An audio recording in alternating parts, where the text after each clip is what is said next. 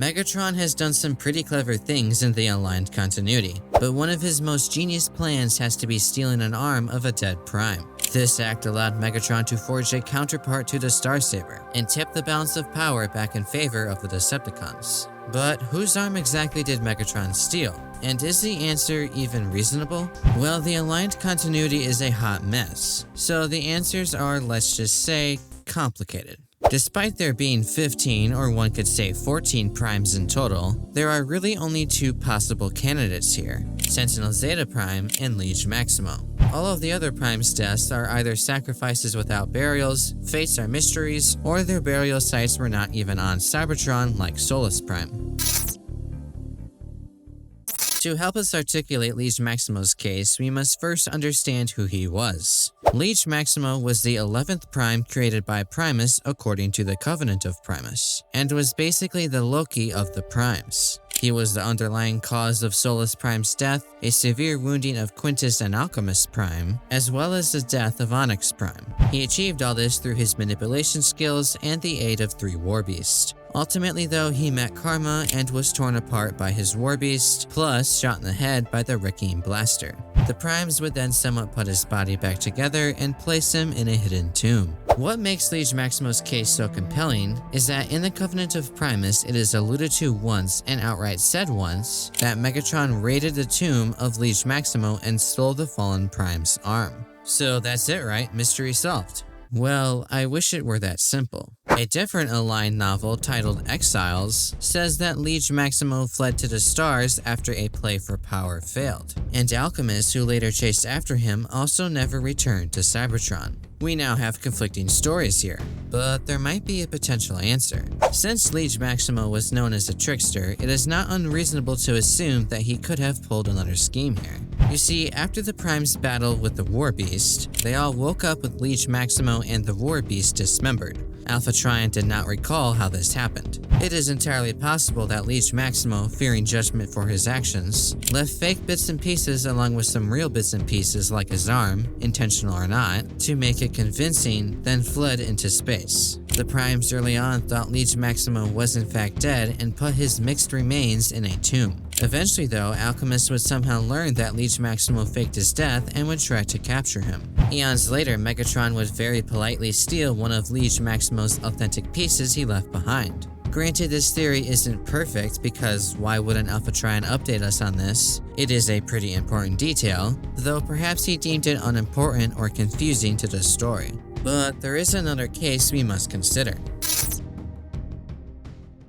Again, we first should remember Sentinel Zeta Prime to understand his case. Sentinel Zeta, who was elected as a Prime during the Age of Wrath, early on was a good leader and even helped expel the Quintessons from Cybertron. He also helped develop the Space Bridge expansion, enabling Cybertronians to establish colonies on other worlds. However, he had to shut down that project because of the Rust Plague, an act that made him increasingly reclusive over time. His introduction of the caste system on Cybertron led to the uprising of Megatron and his Decepticons. He was even captured by the Decepticons and held inside a prison. Sometime later though, he was freed and even battled Megatron himself, who actually severely wounded him and ordered him into a different prison in Kaon. In the end, Optimus Prime and some Autobots would try to rescue him, but he would die right after being rescued and exchanging some words with Optimus. His body was then brought before the High Council, and shortly after likely entombed per ritual. Now, Sentinel Zeta's case is more complicated than Liege Maximo's case, but it might be more plausible. The Art of Prime book labels the arm that Megatron stole as Sentinel Zeta Prime's. Although this book is just a behind-the-scenes look, it effectively reveals what the creators originally intended here. And when you put the pieces together, it starts to make sense. Realistically, there is no way Megatron would have known where Liege Maximo's tomb was. The Primes intentionally made it nameless and concealed it. Plus, lots of stuff was even built on top of it. But that's not all. In the foreword to the Covenant of Primus, Alpha Trion admits that this version of the Covenant is not the entire thing and has been altered in some areas, aka unreliable narration.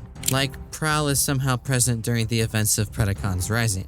This means that the actual aligned novels, Exodus, Exiles, and Retribution, are more canonical sources than the Covenant we received. With that information, Leech Maximo's story in Exiles is what actually happened, and the Covenant version is just Alpha Trion's interpretation.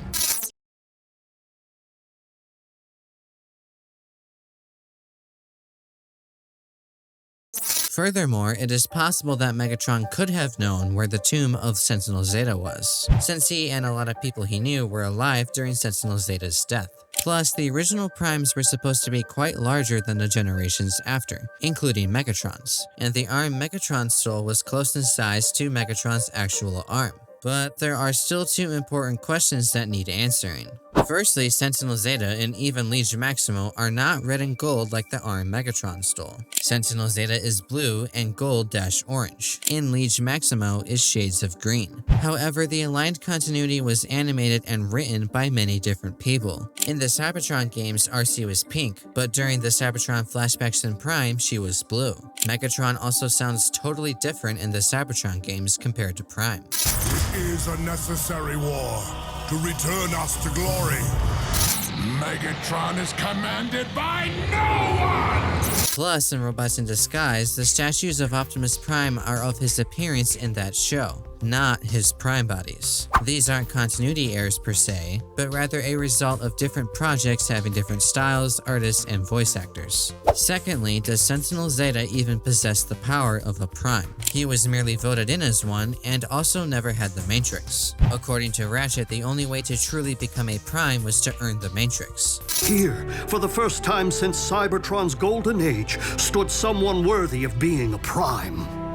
But that honor could only truly be achieved by earning the legendary Matrix of Leadership.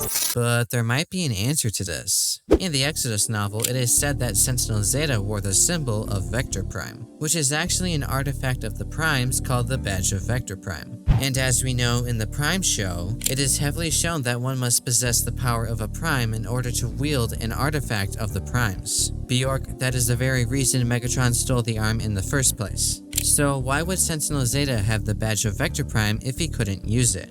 Also, in the Covenant of Primus, it is said that Vector Sigma was the one who instructed Alpha Trion to give the badge to Sentinel Zeta. And why would Vector Sigma want to give Sentinel Zeta something he couldn't use? Granted, the Covenant is not as canonical, but that is just another potential point since it isn't contradicted. The power of a Prime must be a spectrum. Sentinel Zeta obviously possessed the power on some scale since he had the Badge of Vector Prime. All of the dots seem to connect here. The Art of Prime says the arm is his tomb could theoretically be found, and he possessed the power of a Prime on some scale. If you ask me, I'd say the arm was Sentinel Zeta's, but if you don't buy it and think it is Leech Maximo's, his case is also very reasonable. The video's over, by the way.